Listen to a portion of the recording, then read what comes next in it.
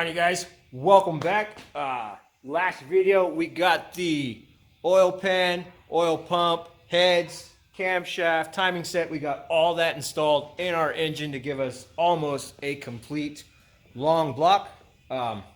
Since then though, I've gone ahead and installed all the rockers on this side. I've also installed a couple on this side as well, but I left a couple off to install them. I've also got myself kind of set up over here because we are upgrading our factory rockers with nice little bronze bushings and pins to allow this thing to rotate freely so we don't have any binding up with our big cam. If you haven't seen them before, here's what the factory ones look like, and they're kind of limited on travel. So we're going to press out these bearings here and install some new bushings, and of course the new center pin as well. So I got Seth in the shop with me. Where is he at there? There he is. He's going to be doing some filming. I'm going to go ahead and finish swapping out our trunnions on our rockers, get that set up, and then I'm going to build a tool here using a Hudson sprayer I got from Harbor Freight. As you can see here, I've already got one end cut off. We'll be cutting this end off as well. And we're going to build ourselves a tool to tie into the side of our block here and prime the oiling system on this. Just kind of run the oil through, make sure it flows through everything, rotate the engine over as well, make sure we got oil coming up through all our push rods. Just to show you that we can make a tool. I've seen them go for a couple $100, and actually, truthfully, I think I've only got maybe between $35 and $50 in parts to build our own. And that tool can be used for many other things than just priming the oiling system on our junkyard engine. So go ahead and hand you over to Seth. He's going to do some recording. We'll finish building our rockers. All right, Seth, there you go, bud. Thank you. All right, so come on over here. Let's see what we got. Come on over to the other side. All right, so I just got this little vise here. I got it from Harbor Freight, but I went ahead and taped the jaws up. That way we don't damage our little bronze bushings we have here. But as you can see, like I showed you, here's what the factory one looks like. It's got all these needle bearings, and the kind of lift we have on our cam, I don't think this would allow it to articulate that much. And if that ever came apart, we'd be getting a bunch of bearings through our engine. So what I have here, you see there's two different sides. You got this side of the rocker, and you got this side that's more of a flat spot. I've got this big old socket that we're going to sit on this side. Go ahead and open our vise all the way up.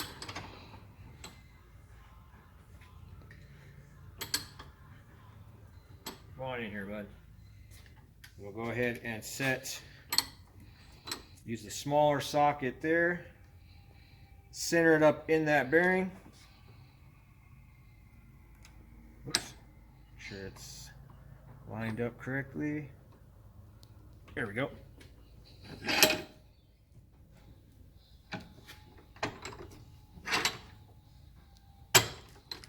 That's it. So it pushes it all the way through. And there's all those bearings. So if that came apart in your engine, that would not be a good thing. All right. That's it with those little sockets. So you can see here, everything's gone. Ready to go. Go ahead and toss this in the trash real fast. All right, now grab our bushing. We'll start off installing one side at a time. Run that in. It doesn't take a whole lot of force. If you gotta force it, something's wrong. Just loosen it up and take a look at it. But I'll go till it stops. That's it for that. you can see there, it's pretty much flush with the outside of the rocker. Now we'll take the pin, drop the pin in the center, grab our other bushing, and we'll use the pin as a guide.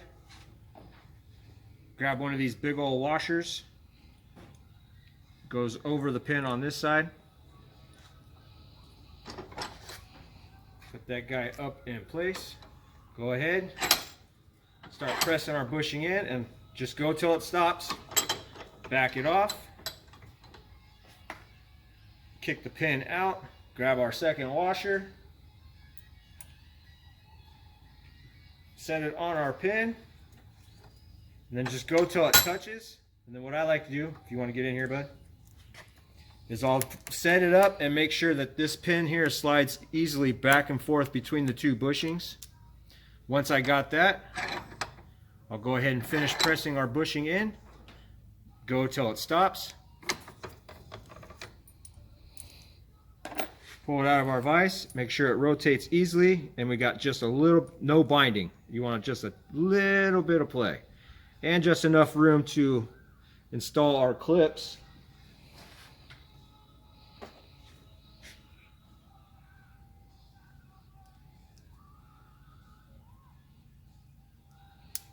In our groove. Got one more here.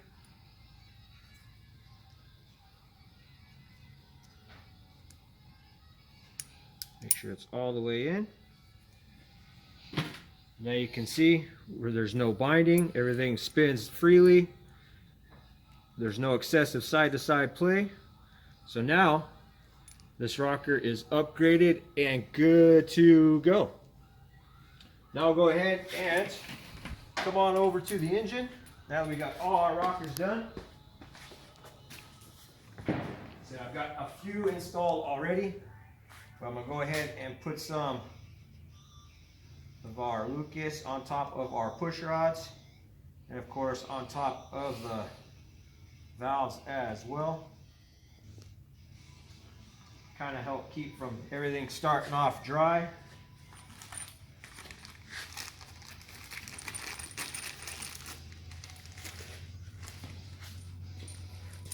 Grab our Allen bolts. Now there is a flat side on top of the pin, and of course you got the curved side. Curve sits inside this little guy right here.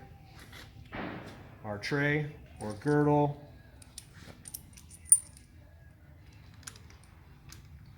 Go ahead and get everything started all by hand.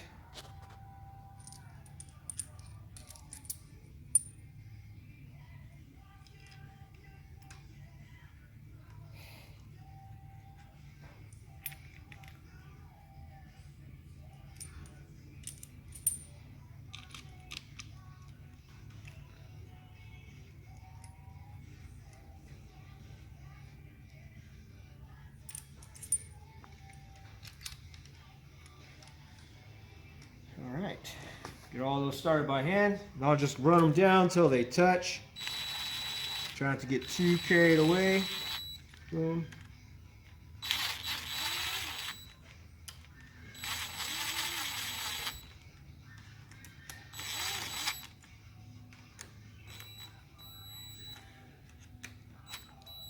Alright. And then I'll run through and start torquing them to factory, which is 22 foot-pounds is what it says.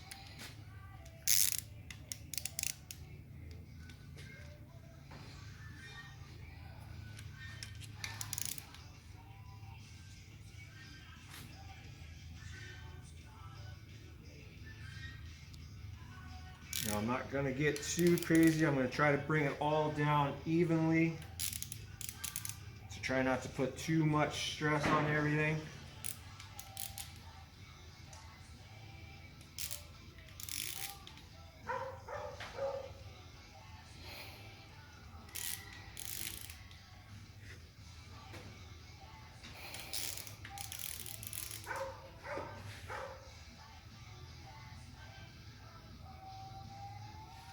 All right, until everything stops.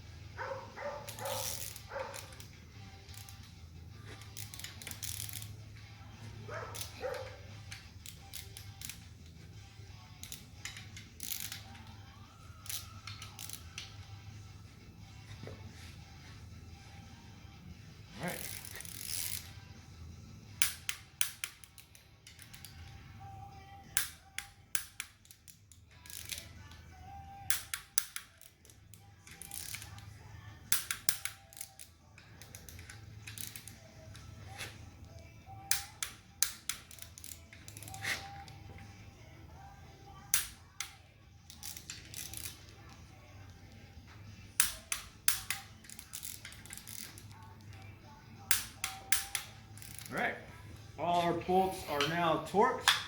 Go ahead and squirt some oil on each one of these pins and down on top of our valves as well.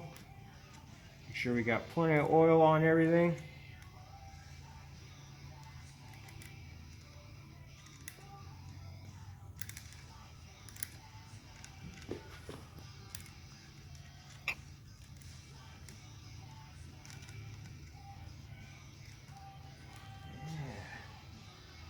Once we get oil on everything, go ahead and rotate the engine over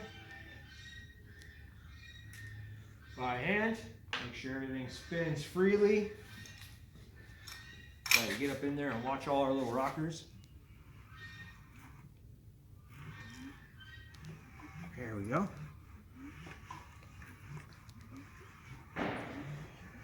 Seeing them all move. All right. Cool. Rotate it over. Now I'm just going to go back and double check. Make sure everything is still torqued. And then we'll go ahead and move on to making our oil priming tool.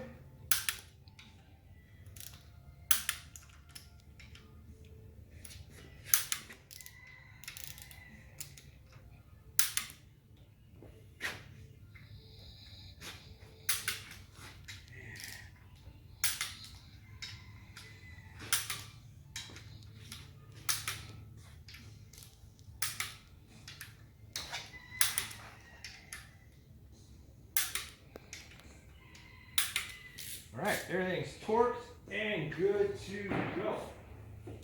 So now, what I'll do is get ourselves set up so we can start making our custom LS oil primer tool. Now, it's not just going to be for priming that engine right there. You'll be able to use it for many different things. Filling your transmission above you, filling the differential, filling your transfer case, all kinds of many different things that it could be used for. And the plan I have in my head is actually quite simple, and we are going to be able to keep this hand pump as well. Not only will you be able to use the hand pump, I've got this little guy here with a gauge on it that will have another fitting, so you can use an air compressor as well. But you may not be next to an air compressor all the time. Shut that little valve, use the hand pump to push everything into whatever it is you're filling oil up with. So again, like I said, it should be fairly simple. I might have between 35 and 50 bucks. Most everything I have here I got from our Harbor Freight. These hoses here I think were like $4 a piece. This guy here was 12 bucks. The only thing I got off of, well, these fittings are from our local hardware store. And then these guys here, try to remember to put a link in the description, or if this will focus, but I got these guys off eBay, and they're 3/8 or a 1/4 inch MPT bulkhead fittings. And they come with little rubber gaskets and stuff like that. So go ahead and grab Seth. Where are you, bud? Come on over here. He's going to do some more recording for us.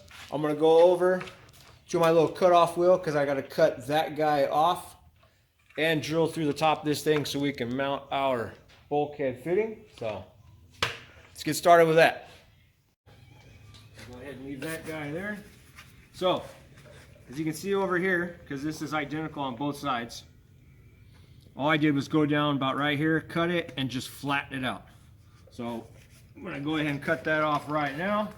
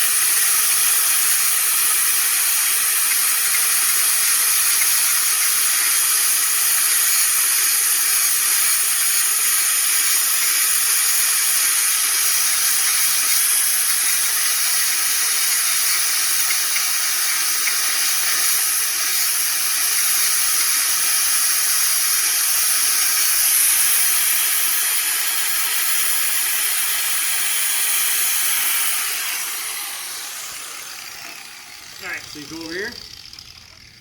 See, we cut that end off, flattened it out. Now we're going to go ahead and use our step bit. Open this guy up just a little bit. Don't have to get too crazy because it goes really, really fast, actually.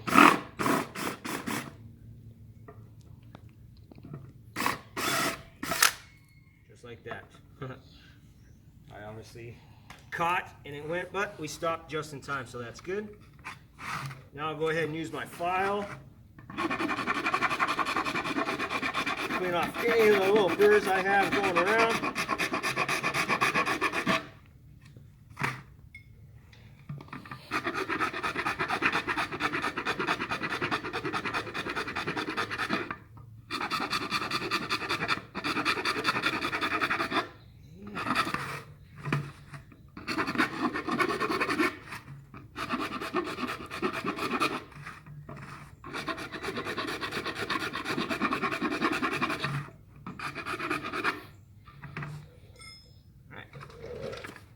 See the hole we got there? What we're going to do now is just thread this guy into place. Go ahead and grab our little O-ring, our little rubber O-ring as well, so we can snug this guy up. Or actually, come on over here. Now, we got to get the O-ring on there. This side's going to be for our air inlet, and I'm going to use this side for our oil pickup. So we'll get this guy on there. Make sure she's nice and flat.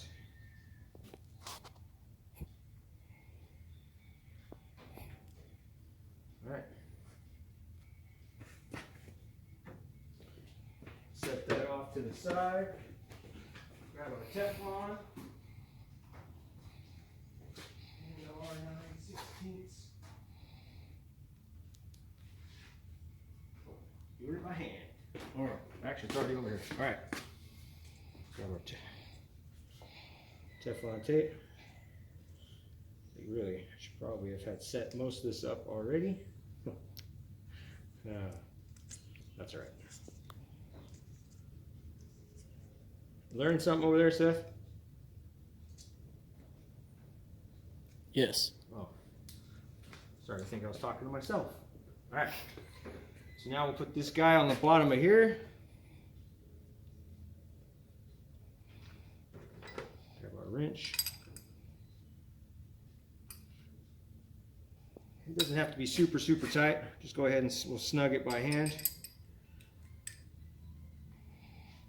Okay.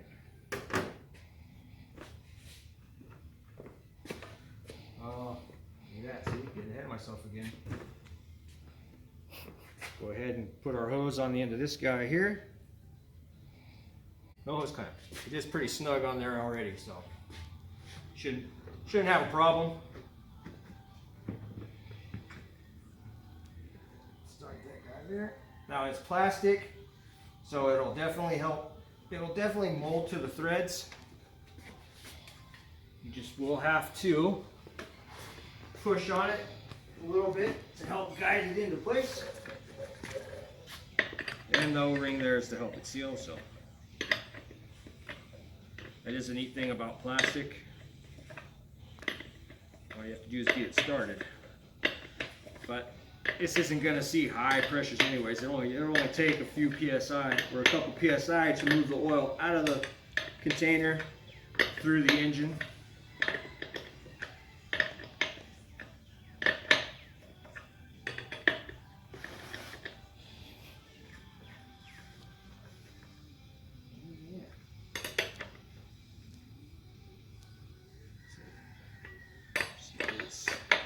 Get it snug. All right, good to go. Go ahead and blow out any contaminants or any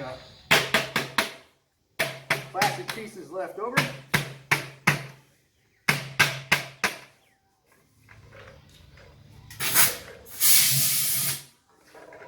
Let's blow it out outside.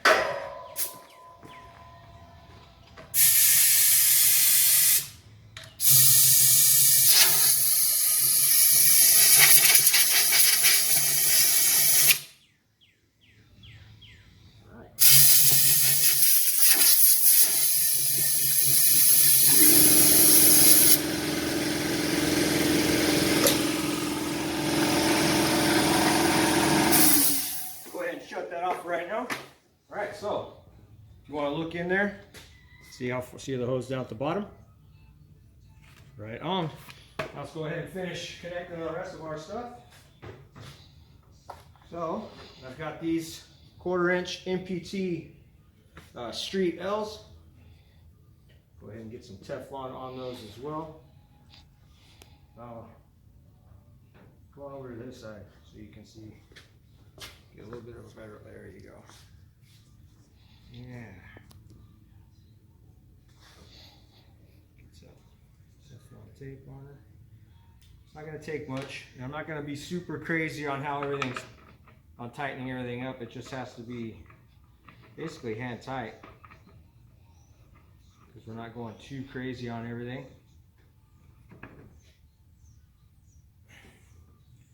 All right, so there's that guy there. I've got one more.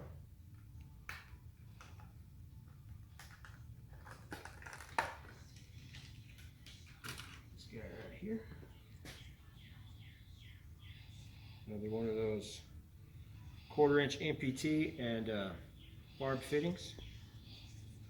Like I said, all these parts I bought at my local hardware store. Actually, it was Atwood's is what I bought them for.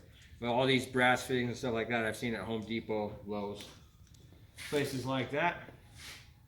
So go ahead, get that guy on here.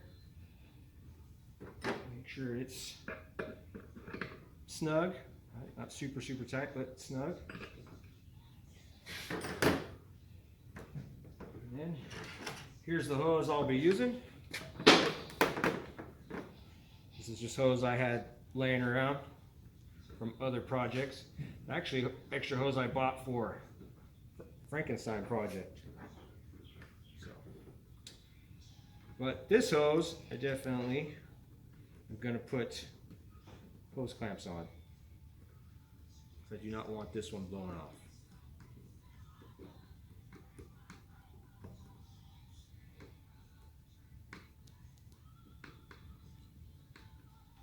Alright, got that one all snug.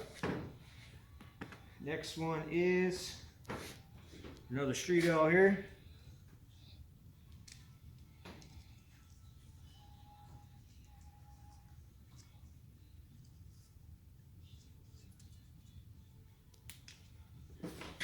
It doesn't have to be super tight. Teflon's just to kind of help seal everything. So go ahead.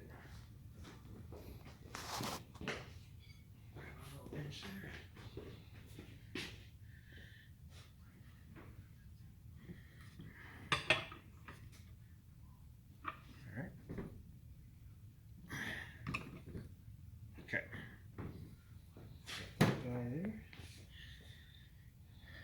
Now we've got our little air pressure or shut-off valve with a air pressure gauge on it.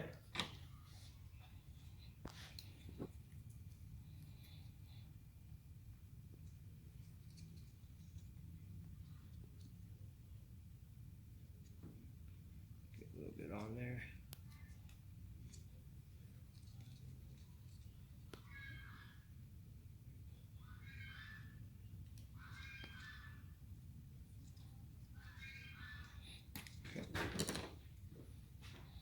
Get this guy on.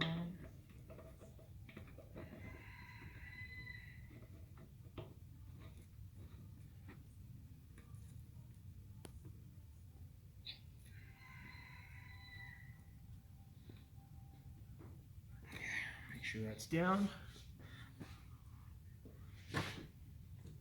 And just our little fitting for the air hose.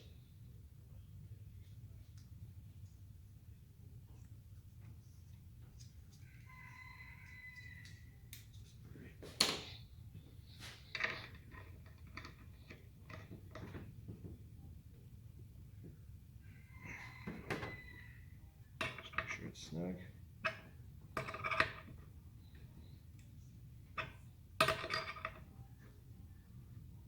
Okay, now that we got that, let's go ahead and make sure that guy is off. We'll have to tighten this up just a little bit more probably so I can get the valve to face up. Let's go ahead and put this guy on.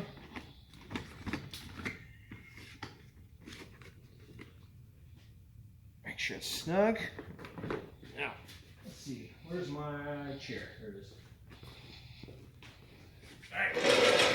Now let's pressure test this thing really fast. Make sure she holds. And we're going to use the hand pump itself. So, got my finger over the hole.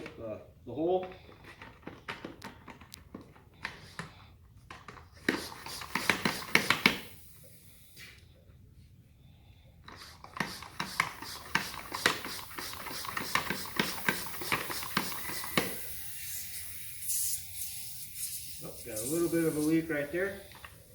No big deal. Go ahead and fix that real fast. So we'll go ahead and pull that off. Seal that up real quick. So give me a minute, I'll be right back. We can shut it off.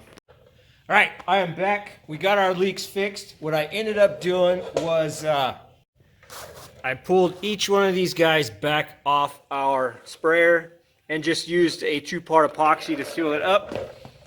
The little rubber O-rings I had on there originally just did not seem to seal all the way, so I pulled it back apart and we used some of this stuff right here. Let's see if you can guys see it. Plastic bonder. I picked it up at the auto parts store. I tried silicone first, not cutting it, so we pulled the little rubber O-rings off. I cleaned everything up, applied this around the threads of our little bulkhead fittings and then around the outside as well to help seal it up, and it sealed up. I've got it hooked up to our air compressor line, as you can see here. Now let's see if you can hear it. I'll turn on our little valve. So now we got air going into our container. Now what I'm going to do is going to fill the container up with some oil here. Probably put about 3 quarts in there. Give it a little bit of pressure. That way we can send it through the hose into our engine. Delilah's going to do some recording. Say hi, Delilah. And Seth in the background there. He's going to watch. He's going to make sure I do this correctly. So, like I said, we're going to put about 2 or 3 quarts in our little container there. I'll go ahead and put the cap back on. Crack the air line. Give it a little bit of pressure. Start feeding it through the block. Now, the cool thing about all this, before I start, is we're going to pump oil through the block here, which this port comes directly from the oil pump, travels down the galley in the block, right down here. This is the oil passage, comes all the way down, and then shoots down through the oil filter, gets filtered out, then comes back up through this port here, and that comes up, feeds our cam and everything else. It actually gets stopped off by this thing here. I haven't seen very many people point this out in videos, but this is the oil diverter. Sits behind the rear cover right here, goes through the block, seals up against the edge about partway through the block this way, and then stops right here. So when the oil comes from the oil pump here, runs up against the diverter here, forcing it down and through the filter. So if we have anything that's in that container and we accidentally send it through the line into the block, it will at least go through the oil filter first before going through the engine and wiping out everything else. So at least that's the way it's supposed to work. So now I'm going to go ahead and hand you over to Delilah. She's going to do some filming. We're going to put some oil in our homemade tool there, send oil through the block. I'm going to go ahead and rotate it over. That way we can watch and make sure all the oil comes through our push rods into the rockers. So, fingers crossed. Ready, Delilah? Mm-hmm. All right. Go ahead and get some oil in this thing. Yeah. And we'll be able to see the oil come through our clear hose here. So, this is cool. I mean, it'd be a neat tool. Definitely be used for other things besides just prime and LS engines. All right. So I've got about 3 quarts in there. Go ahead and put this guy on. Matter of fact, let's see what happens. Before I turn the air on from the air compressor, let's test out our little hand pump thing. Look at that, come here. So now you can see just from our hand pump, it is putting the oil through the line. You see it traveling? Can you pick it up? Yes. There you go, see? So there's our homemade tool putting the oil into the engine. So that is really cool. We got about 10 psi on it. All right. Now, let's see here. If you want to come watch the rockers, I'll go ahead and turn the engine over. We should be able to start seeing here pretty soon oil coming out of these guys.